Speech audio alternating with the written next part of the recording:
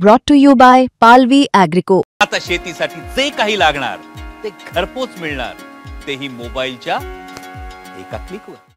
इंदापूर शहरामध्ये सुलभ शौचालय नाही. काय विकास झाला? त्याचा गैरवापर करण्याचं काम यांचं पहिल्यापासूनच त्या ठिकाणी आहे. मगाच मी तुम्हाला सांगितलं, ते जे आता म्हणतात आम्ही एवढा कोटी निधी दिला, तेवढा कोटी निधी दिला, ते कधी राज्याचे मुख्यमंत्री देवेंद्र फडणवीस यांचा उल्लेख करतात का हो? मला मी 100% सांगतो, सगळ्या मतदारांच्या आशीर्वादानं येणाऱ्या 2 तारखेला 21-0 झाल्याशिवाय राहणार नाही. असं म्हणतात की राजकारणात कोणीही कोणाचा कायमचा शत्रू नसतो आणि कोणीही कोणाचा मित्र देखील नसतो, आणि याचाच प्रत्यय इंदापूर नगरपालिकेच्या निवडणुकीच्या निमित्तानं पाहायला मिळतोय. कारण विधानसभेच्या निवडणुकीमध्ये एकमेकांच्या विरोधात लढलेले विरोधक जे आहेत ते एकत्र आलेले आहेत, आणि इंदापूरमध्ये एक वेगळं समीकरण जे आहे ते राजकीय समीकरण आपल्याला पाहायला मिळते. आपल्यासोबत भाजपचे युवा नेते प्रवीण भैया माने आहेत, आपण त्यांच्याशी बोलणार आहोत. भैया, मुंबई तक मध्ये स्वागत. विकास आघाडी स्थापन झाली इंदापूरमध्ये. खरं तर तुम्ही भाजपचे नेते आहात, हर्षवर्धनजी पाटील जे आहेत ते शरद पवार गटाचे नेते आहेत, आणि तुम्ही दोघांनी एकत्रित येऊन आता विकास आघाडी स्थापन केलेली आहे. त्यामध्ये प्रदीप गारटकर देखील उमेदवार आहेत. नेमकं काय समीकरण, काय घडतंय इंदापूरमध्ये? नमस्कार. खरं तर इंदापूर पंचवार्षिक निवडणुकीचा प्रोग्राम या ठिकाणी लागलेला आहे. 2 तारखेला मतदान आहे, आणि आपल्या सगळ्यांनाच माहिती असेल की इंदापूर शहरामध्ये जी विकासाची कामं व्हायला पाहिजे होती, ती कामं या ठिकाणी विकास कामं झालेली नाहीत. त्यामध्ये इथल्या ज्येष्ठ नागरिकांना चांगल्या पद्धतीनं पार्क नाहीये, त्याचबरोबर क्रीडा संकुल नाही, पोहण्यासाठी जलतरणपट्टूसाठी स्विमिंग पूल नाहीये, आणखी योगा आपण म्हणतो योगासाठी एक रूर ही पाहिजे, ती नाहीये. त्यानंतर असे विविध अन्य म्हणजे काहीच इतरांच्या तुलनेमध्ये इंदापूर शहरामध्ये नाही. आणि या लोकांना एक इंदापूर शहराचा जर सर्वांगीण विकास करायचा असला तर आपण सगळ्यांनी मिळून एकत्रित यायला पाहिजे, अशा सूर सगळ्या कार्यकर्त्यांनी आम्हा सगळ्यांना, सगळ्या पक्षाच्या नेत्यांना या ठिकाणी लावला. त्यामध्ये आमची भारतीय जनता पार्टीच्या सुद्धा सगळ्या कार्यकर्त्यांनी आम्हाला सांगितलं की आपण सगळ्यांनी मिळून एकत्रित पद्धतीनं या ठिकाणी विकास आघाडी, भीमा कृष्णा विकास आघाडी म्हणून स्थापन करू, आणि त्या आघाडीचे उमेदवार म्हणून प्रदीप दादा गारटकर यांना या ठिकाणी उमेदवार म्हणून नागरिकांच्या आणि मतदारांच्या रेट्यापुढे ती उमेदवार या ठिकाणी झालेले आहेत. आणि हर्षभाऊ पाटील यांनी या ठिकाणी त्या आघाडीला पाठिंबा दिलेला आहे.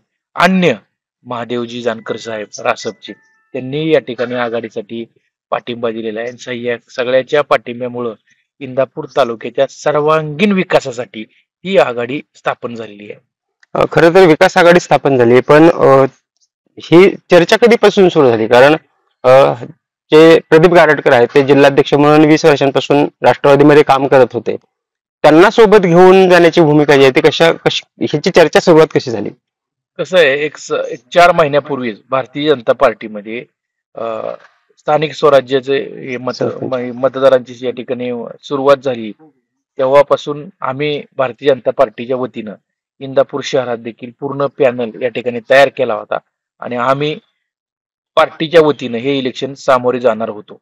परंतु सगळ्या कार्यकर्त्यांच्या आग्रहाखातर आपण इथली सगळी सद्यस्थिती, राज्याचे लोकप्रिय मुख्यमंत्री आदरणीय देवेंद्रभाऊ फडणवीस साहेब, रवींद्रदादा चव्हाण साहेब, चंद्रकांतदादा पाटील, मुरलीधर अण्णा मोहोळ साहेब, त्याचबरोबर राहुलदादा कुल यांच्या सगळ्यांसमोर या ठिकाणी राजेदादा पांडे साहेब यांच्यासमोर ही सगळी माहिती दिल्यानंतर, त्यांना सविस्तर माहिती दिल्यानंतर त्यांना आम्ही सांगितलं की इथं जर आघाडी झाली तर आपण चांगल्या पद्धतीनं आपल्या इंदापूर शहरामध्ये विकासासाठी चांगलं आपल्या पक्षाच्या वतीने योगदान देता येईल.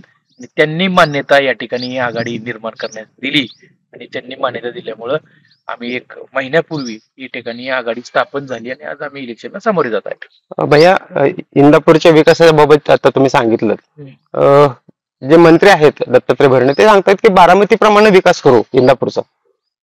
कोट्यवधी रुपयांचा निधी जसा बारामतीला मिळतोय तसाच इंदापूरला देखील मोठ्या प्रमाणावरती गेल्या वर्षी जवळपास 5,000 कोटी रुपयांचा निधी आणल्याचा दावा करत होते. ते नेमका खरंच विकास झालाय असं वाटतं इंदापूरमध्ये? काय विकास झालाय मला सांगा ना. आज सुद्धा तुम्ही तुम्ही जसं नाव घेतलं तर दोन्हीची बघा काय परिस्थिती आहे. काल आम्ही भरत शहांना भेटलो. भरत शहांचं म्हणणं आहे की इंदापूरमध्ये प्रचंड विकास झालेला आहे. अजूनही दत्ता भरणे यांची त्यांची सोबत मिळते, त्यांना साथ मिळते. त्यामुळे जास्तीचा निधी इंदापूरसाठी आणणार आहेत, काही इंदापूर शहराची विस्तारवाढ करायची आहे, रिंग रोड करायचे आहेत आणि त्या दृष्टीने त्यांनी टाकलेलं आहे पावले एक. पण तुम्ही म्हणताय की गेल्या पंचवार्षिक मध्ये त्यांची सत्ता होती, काय झालाय विकास त्यांच्या माध्यमातून असं वाटतंय तुम्हाला? मला असं वाटतं की सत्ता जरी त्यांची असली तरी इथं जी काही प्लॅन बनवायला पाहिजे, रोड मॅप बनवायला पाहिजे आणि ब्ल्यू प्रिंट म्हणतो आपण, अशा दृष्टीने एक 5 वर्षामध्ये आपण काय काय नागरिकांना एक सुविधा देऊ शकतो ही पूर्ण लोकांपर्यंत, नागरिकांपर्यंत मांडली पाहिजे. त्यामध्ये इंदापूर शहरामध्ये आपण म्हणतो विकास झाला, इथं जर या भागातली इंदापूर शहर हे पुणे आणि सोलापूर या दोन्ही जिल्ह्याच्या मध्यवर्ती असणारं इंदापूर शहर आहे. या शहरामध्ये इथं आल्यानंतर अनेक सुलभ शौचालय सुद्धा नाही. इंदापूर शहरामध्ये सुलभ शौचालय नाही. काय विकास झाला?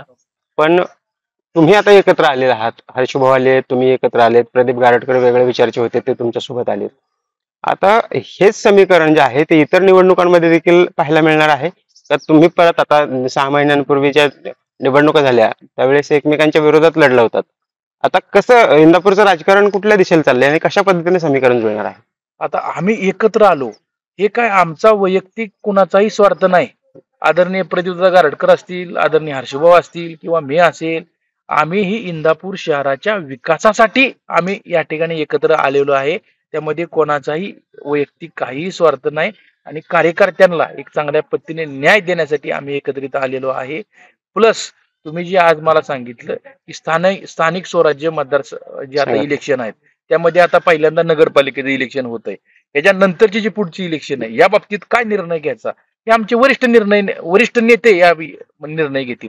म्हणजे आता आल्यावर एक लगबग पाहायला मिळाली, तुमच्या निवडणूक चिन्हाचा काहीतरी इश्यू झालेला आहे. नेमकं काय घडतंय इंदापूरमध्ये? कोणत्या मंत्र्यांचा दबाव आहे असं वाटतंय निवडणूक निर्णय अधिकाऱ्यांवर?